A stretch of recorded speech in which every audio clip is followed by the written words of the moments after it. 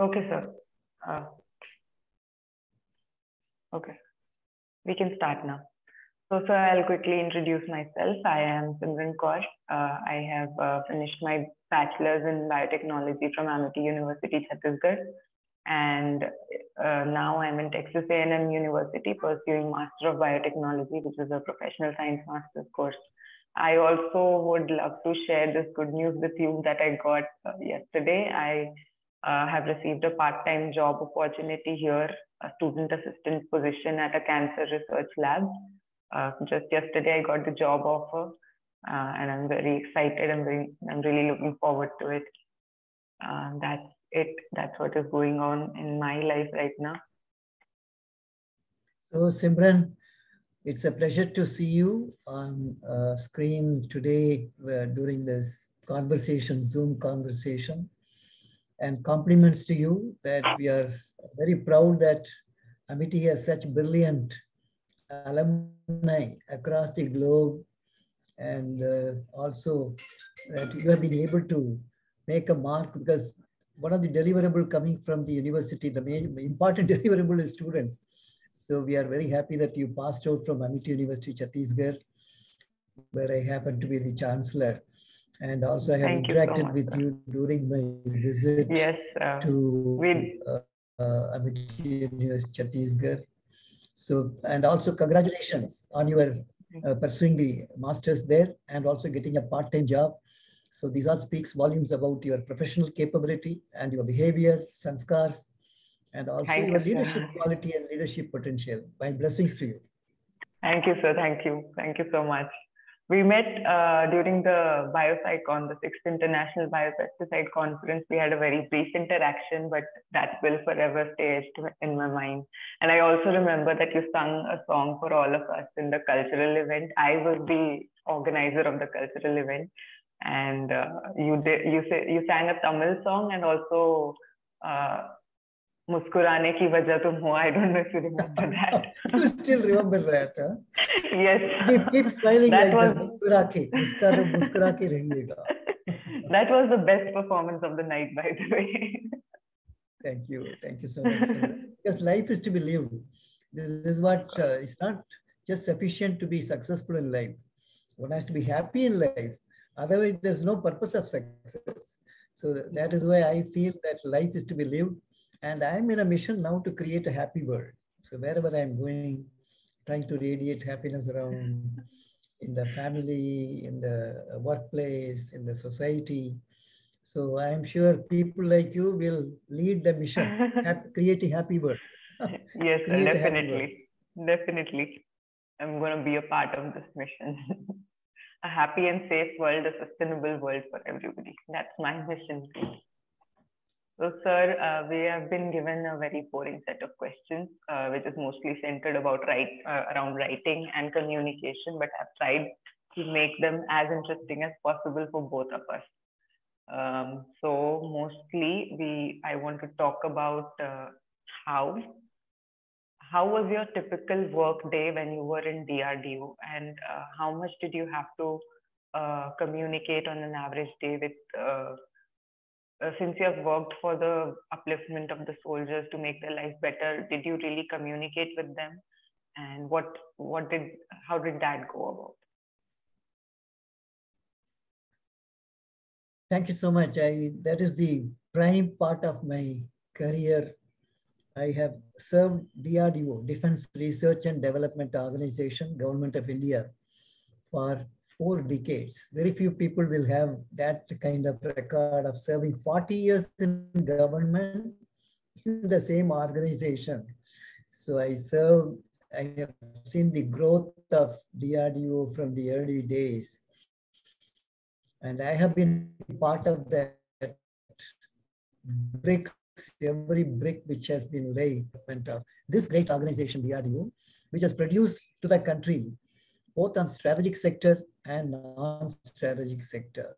So if you are able to look at the strategic sector, we are nuclear power. India is a nuclear power. But we have signed a self-moratorium of no first use. But then we should have a second strike capability. If any country ventures on our nation, India, with any weapons of mass destruction. We should be able to give a second punch. So this capability is one of the responsibility of DRDO. So we have been able to build that. In the non-strategic sector, we have been able to build like missiles, like Agni, Prithvi, Akash, Nag, Trishul, BrahMos, interceptor missile, Shakti, and Astra. So like this, we have been able to build a family of missiles. Aircraft, fourth generation fighter aircraft, Tejas, the main battle tank Arjun, radars, sonars, torpedoes, CBR in defense, life support technologies. So many things have been given. And if you look at now the investment made on DRDO, we have been able to produce equipment worth of more than 3 lakh crores. It's a huge amount, and the return on investment is multiples. And also we have built the tangible knowledge and also tacit knowledge to build such complex weapon platforms. And so we have been able to give to the country with spin-off to the civilian sector, like COVID, in the recent COVID. Many of the life-saving technologies came from DRDO. There's a spin-off, like oxygen generator, which we developed for a soldier at high altitude. And the critical care ventilator for a soldier in the battlefield. And the sanitizer, diagnostics, therapeutics. So all this helped in a big way, building a hospital in 11 days. So all this is because of DRDO's contribution, which saved thousands of lives in this COVID-19 situation as well. Now, coming to your other question, that how was he able to communicate with soldiers?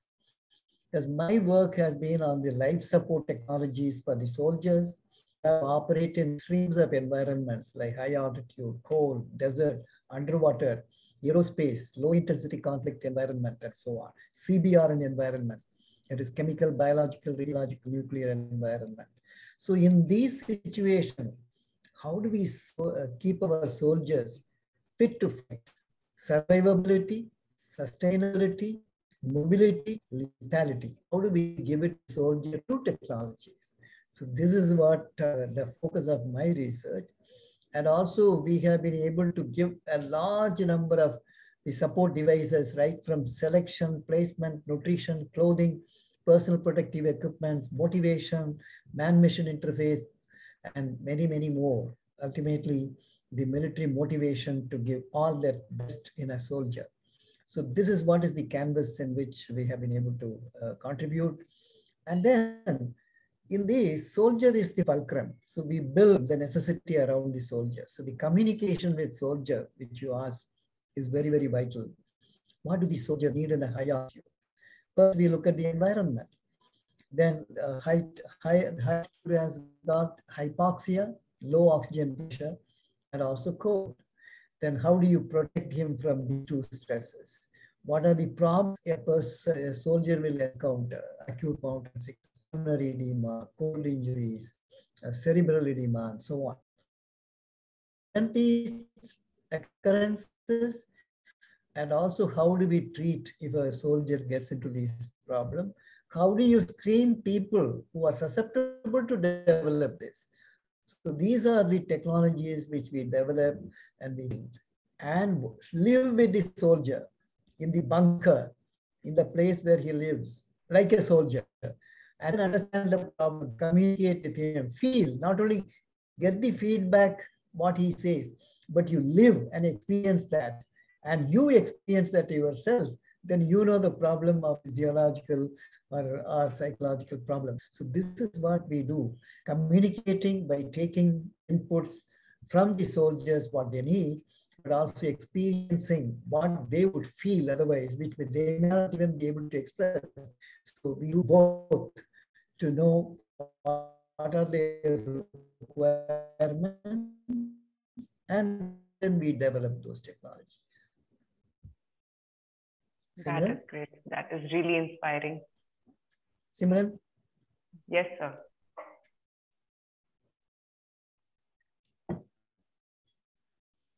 Okay, so right. My next question. Your first question? Yes, sir. Yes, sir. You did.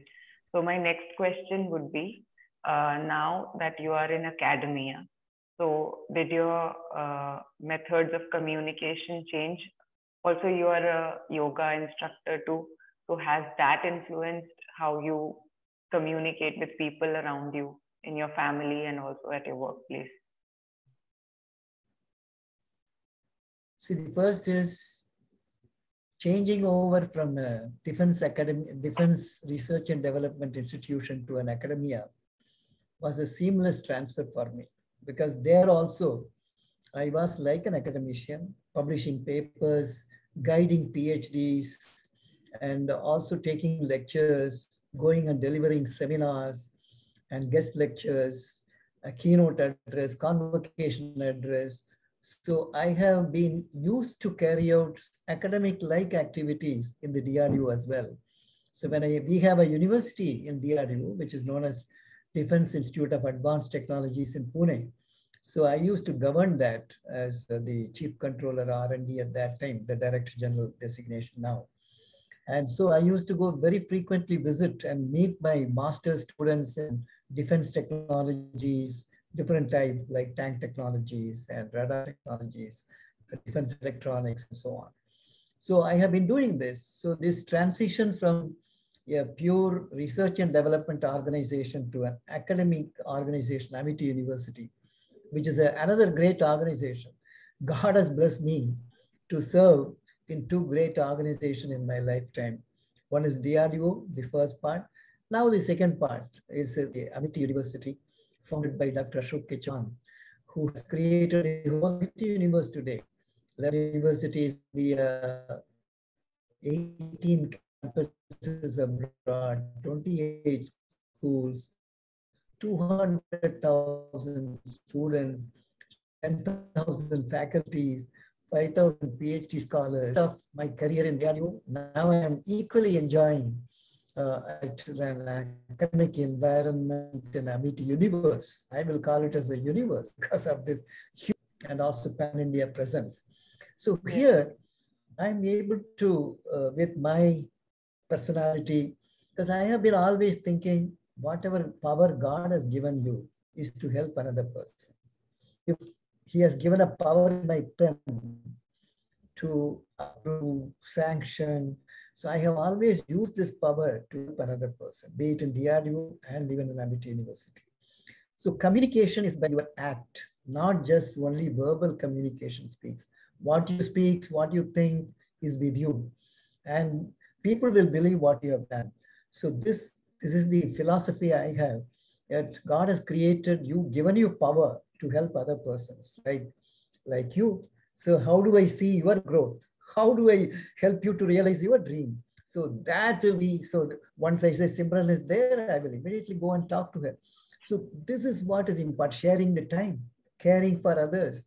And these are all very important. So in your life, if you are a good human being first, and being having empathy, compassion, love for others, and also trying to help others, to give instead of only take. I have always tried to give to others. So this is my philosophy, with which now this Amity University, I have been able to contribute whatever I have learned in DRDO. I have grown for 40 years. And the experience which I have gained there from people like Dr. Abdul Kalam, Dr. V.S. Arunachalam, and Dr. V.K. Atre. So such top people, I have been, Dr. Saraswat. So I have been able to work with such giants in the field of defense, the research, defense technologies. So I have been able to give all that what I have learned to our children. So this is what I do in Amity University as a president of Amity Science, Technology and Innovation Foundation, and also chancellor of Amity University, Chhattisgarh. So I'm trying to give whatever I have, be it knowledge, experience, expertise, wisdom, or love. This is what is I am doing now. And then yoga, you mentioned about yoga. Yes. When I started yoga research in DRDO, because I wanted to look at, with our ancient Indian wisdom, like yoga, Ayurveda, how can we help a soldier? Because yoga was taught to a warrior in the battlefield, Arjuna, and Lord Krishna taught him yoga there. So why not we take that knowledge to help our soldiers who have to fight a war in different battlefields, like high altitude, desert, underwater, aerospace. So how do we gain that knowledge? So I wanted to carry out research. Can we apply yoga for keeping the soldiers happy and healthy to fight a war as well as to protect our country? So that aim, first, I thought before I do take such project, I should experience doing yoga. So I learned yoga in Vishwayatan Yoga Ashram in the year 1976. That was the time Dhirendra Brahmachari was the director of that. So I learned yoga there first. Then I submitted a project to understand how yoga will be beneficial to the soldiers. So the prophylactic, promotive, and curative potentials of yoga. I carried out a series of research on young, middle-aged, older-age soldiers, and also in normal soldiers, and also people who are afflicted with hypertension and other diseases, afflictions. So then I demonstrated the prophylactic, promotive, and curative potentials through well-controlled physiological, biochemical, psychological, and clinical studies. So thereby, yoga now has been introduced into the armed forces. And in fact, when I went to the Arctic Circle, 70-degree latitude in the North Pole, I was there as the leader of the first Indo-Soviet expedition to the Arctic. Yes. And I have also carried yoga there, not only in high altitude here in our area, but there, out of the soldiers whom I carried as volunteers, 50% was doing yoga, 50% physical training. I was looking at which group and faster. So yoga, I have done a lot of research, and every day I practice yoga. I am now 73 years old. But then at this age, I'm able to climb stairs. I'm not taking any medicine for any chronic ailments. I was never hospitalized even once because of yoga. So I want to tell all the viewers that keep your good health. Health is wealth. If you are able to be healthy, you can be productive, constructive, innovative, and also lively and radiate happiness. So that is why maintain your good health. Very important. I would like to live because I told Dr. Ashok Chauhan, I served 40 years in DRDO. I will serve another 40 years in MIT. So I have to keep myself good health. Definitely. So I Looking keep forward to that. practicing yoga Yes. myself. Yeah. Thank you so much. And then I'll just go to the gym after this. You've inspired me now. Also, I wanted to ask, what kind of writing did you have to do in your line of work, and what will your advice be for students like us to write effectively?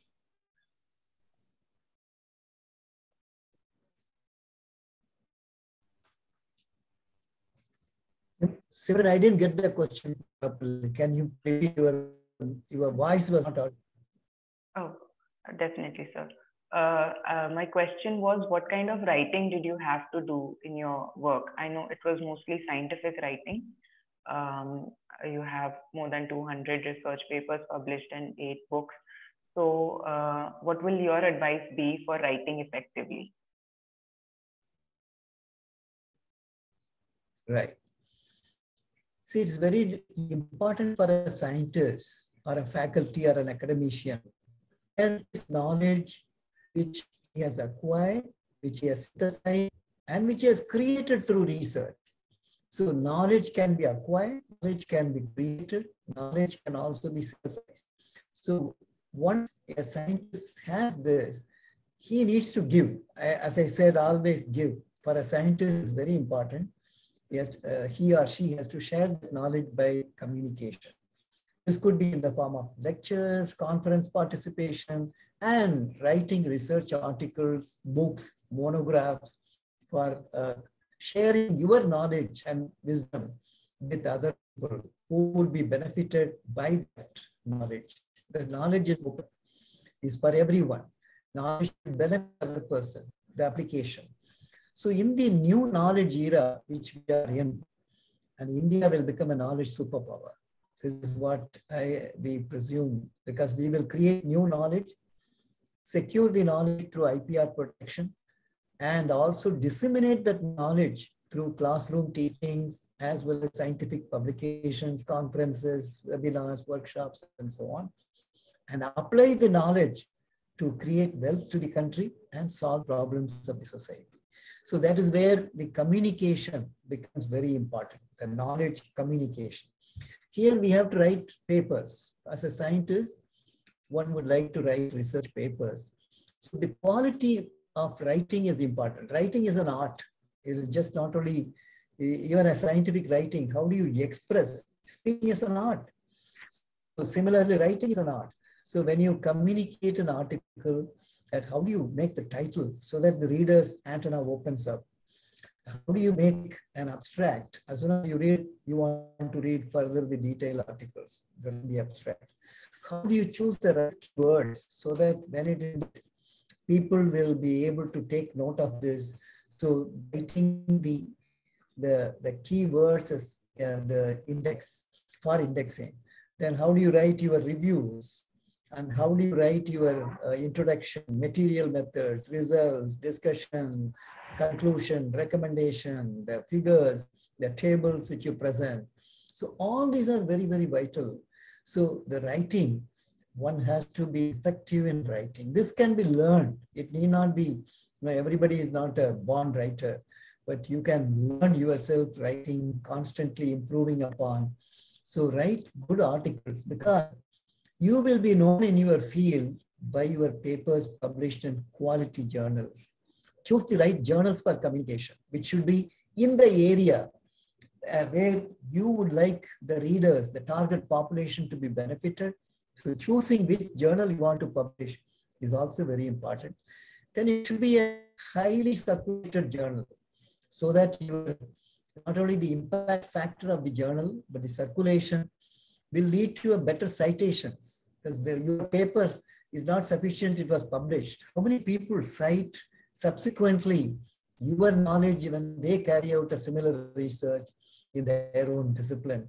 So citation is very important, because your H index and the H index of your organization is going to dependent on these impact factor, which will be in quality journals, particularly Q1, Q2 journals. Then subsequently, it has to be cited. So your H index will depend on that, and the impact of your research will depend on this. How many people have been benefited, so they are referring it again and again. And writing review articles, again, the citation will go up. So I think these are some very important tips which youngsters like you should learn, that you're writing good quality articles in quality journals, getting it published in quality journals are important for your own career growth.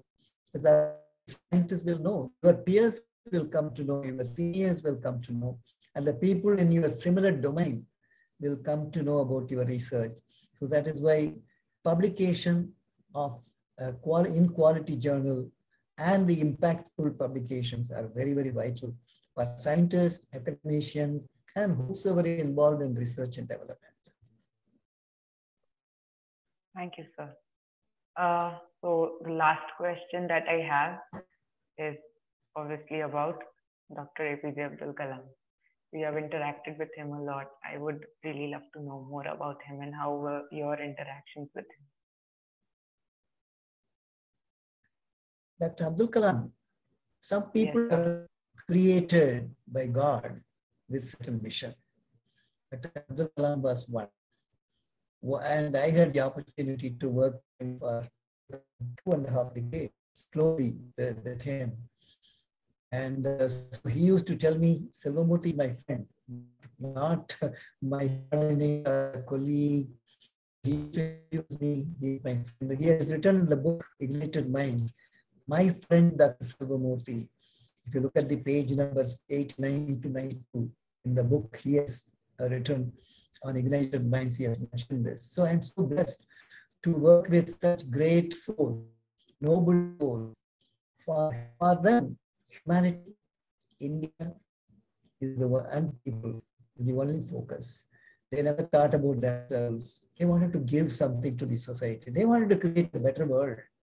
And so Dr. Abdul Kalam was one of them, whom I always cherish, remember, value, my association with him, as I said, I am blessed to be associated with him.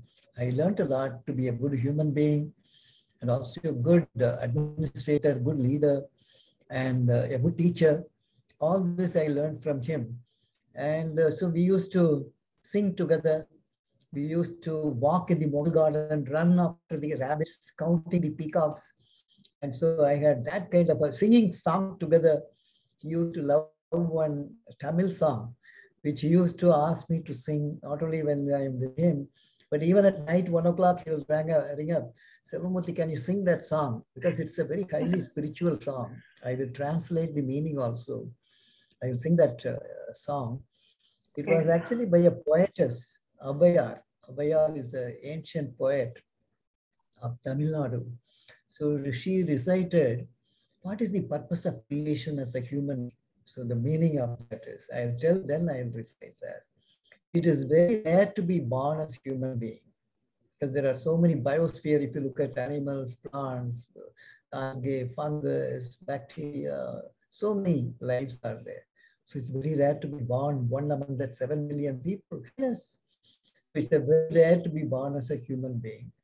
Having born as a human being, it is still more rare to be born with full faculties intact. There are physically handicapped, mentally challenged, so many problems people have.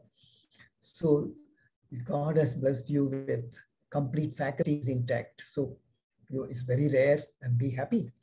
Then how many people who have all these faculties intact capabilities have been able to go to school? When you look at the school children who has even passed out from a school at 12th standard, how many of them? So you are very rare. It's very rare. You are part of that rarity. So happiness. Then how many people went to higher education, knowledge, universities, college? How many people? Mass enrollment ratio now is only 28%. So what about the others? So you are one of those who are able to go to a higher education institution. Happiness. Then what do we need to do? It's very rare. Having got all this, very rare to do tabas and dan. Having acquired all this, you should give dan and also tabas. If you do this, gates of heaven will open for you. This is the meaning of that song which you used to love. That is to convey his personality. அரிது அரிது மானிடராதல் அரிது அதினும் அரிது கூன் குருடு செவிடு pad நீங்கி பிறத்தல் கூன் குருடு செவிடு pad நீங்கி பிறந்தாலும்